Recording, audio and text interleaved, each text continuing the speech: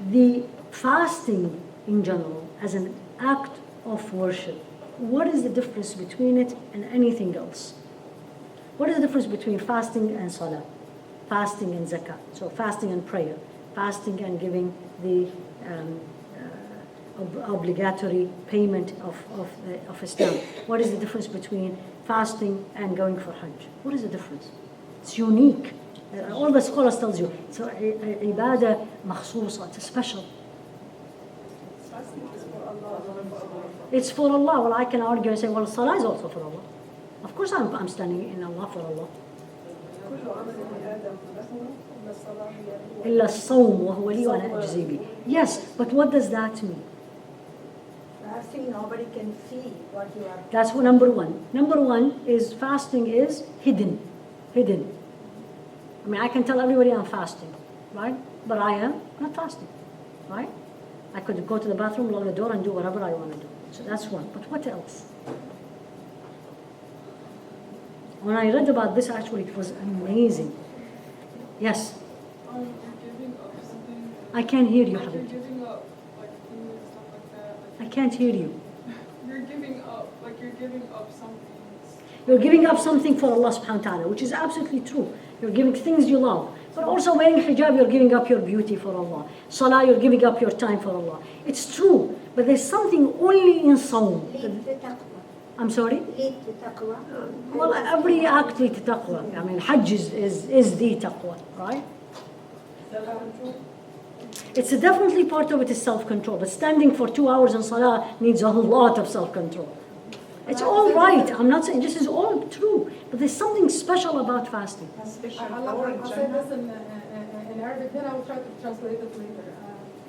دي العبادة الوحيدة اللي محدش تاني ينفع يتعبد فيها، يعني هي الحاجة الوحيدة اللي Absolutely true. She got it. It's the only act of worship that no human being do it for another human being. That's the special about it. Meaning, people prostrate to other people. So, true or false? People prostrate to idols and to human beings. They prostrate for them, right? People give money for people, but no one fasts for another person.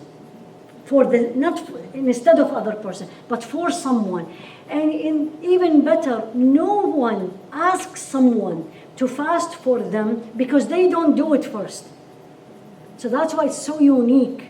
It's only done for Allah. Did you see the point? That's the meaning. When I learned this, it was fascinating. They said this is one of the meaning when Allah says, As-sawmu li, only one.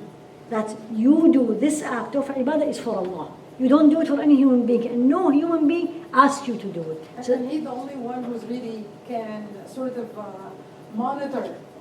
Like all that's and then exactly the only one who Allah that's subhanahu quite an ability that doesn't exist in humans. So And it's that's one of the things that's true. There is God. and it's the only one that Allah subhanahu wa ta'ala knows. Now this is a principle here. I put this for us to learn. The first part. Every act of worship to Allah subhanahu wa ta'ala entitle one or two or both. Either I am doing something or I am staying away from something. True or false? Right? So salah, are we doing or staying away? Doing. Right? I'm standing in front of Allah covered, looking for the qibla in a certain time. Right? In Hajj, doing. I am going and spending money, booking tickets and everything. What about zakah? Doing, right? I am getting money. Sawm is the one that has two. I am doing and I'm staying away from something. I'm leaving away.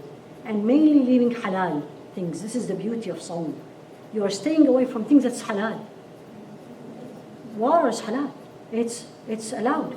It's not prohibited. Food is not prohibited. But I'm not doing it. So staying away.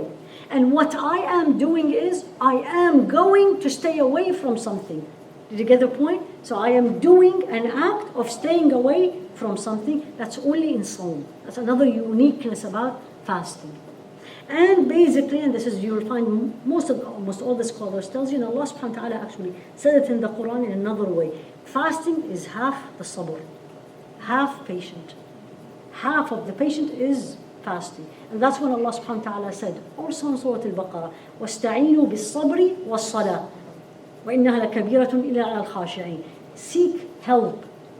Seek help to get close to Allah with sabr, patient, and salah. Scholars tells you patient here is sawm.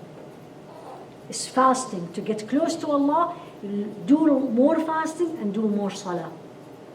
So sabr, absolutely, to fast, that's why I told you it's a killer of the nafs.